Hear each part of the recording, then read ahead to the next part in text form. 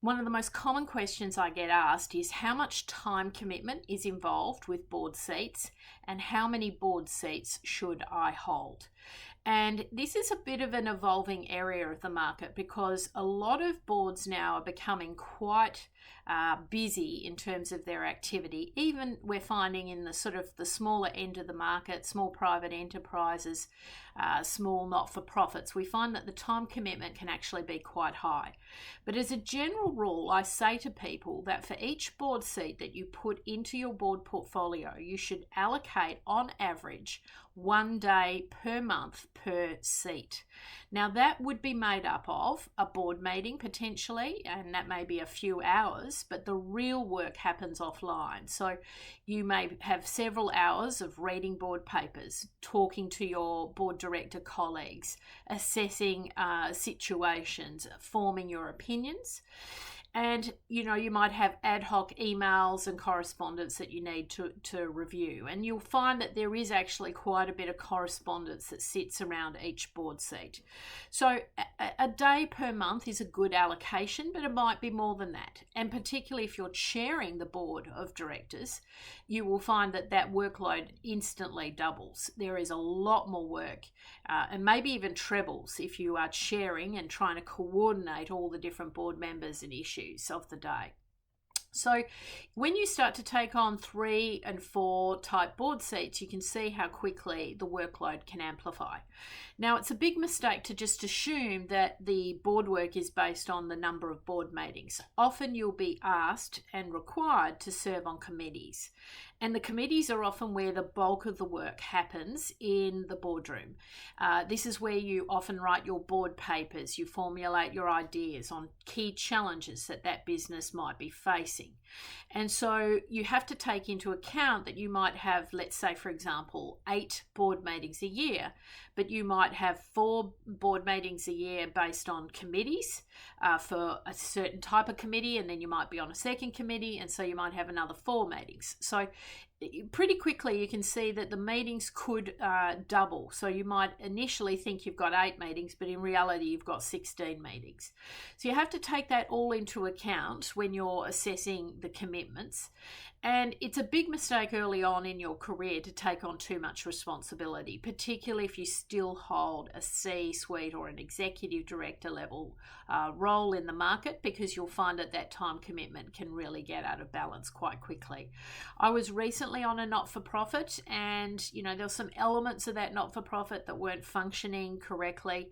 There were some board members that maybe weren't carrying their weight, and so the time commitment was actually quite high, and I was finding every week I was probably allocating quite a few hours to that board. So it sometimes depends a little bit on the journey that organization is going on, and you have to assess that when you're calculating how much the commitment's going to take. One of the key benefits is that commitment is usually scheduled well in advance. A good board will have its schedule determined for the year ahead, and those meetings will be determined, and so you know what dates you're going to be meeting, and you can put them into your diary, and you can get that all handled in advance. So that side of the scheduling is usually pretty good. Sometimes the meetings will happen outside of normal business hours, and that can also be an advantage if you're an executive still holding a senior role. Now, the trend at the moment in the market is that everyone wants to have more and more and more. Certainly, there's a lot of executives who would like to carry a lot of board seats. And I'm finding that really, the more seats you add, you've got to watch for this tipping point where the commitment just starts to get too much and things start to fall through the cracks. So in my opinion, a balanced portfolio sits somewhere around 4 to 5 board seats. And for some organisations, that might even be too much. But that to me would be a reasonable number of appointments to handle if you were doing this work full time. I know a lot of executives who carry more than that, 5 to 10, and that might be a combination of non-exec and advisory board work. They might be doing it full time. They might have an executive assistant that helps coordinate for them, because a lot of this comes down to coordination, making sure you're reading the right paperwork, attending to the right information at the right times. And certainly there's executives who are treating this as a full-time profession, and hence that number of board seats is possible. But I think if you start to add in chair level appointments, you'll find that time commitment gets extremely complicated, and you just need to balance it out. So I think there'll be a trend in the future where potentially people will curtail how many board seats that they serve on. But at the moment, we're sort of seeing it settle around those sort of two key areas, whether they're being sort of part-time board members or full-time board members. Ultimately, the decision rests with you. You have to assess your own commitments, your own work life issues, how you're going to balance these things out, the timing of that boardroom or that organisation, how is it travelling, how much time commitment is involved. Keep in mind that when things go wrong, the diary kind of goes out the window. I'm aware of a couple of clients who have businesses that are in financial difficulty, regulatory difficulty, and the number of board meetings has gone through the roof. So you can expect that when there is a troublesome organisation in your portfolio, that everything can get out of balance. And so you need to build those buffers into your portfolio so that you can manage your time commitment effectively. Remember that across the board, your reputation is so important. Just the other day, I was talking to a chair who said to me a particular individual just didn't turn up to a board meeting. No explanation.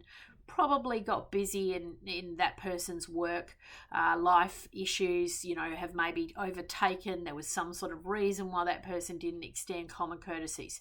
But it has a big impact on your reputation. So professionalism is absolutely key. Being available to attend not only the meetings, but the offline conversations that have to happen. Having some flexibility in your diary to be able to accommodate other people's work issues, because diary management is a key part of this.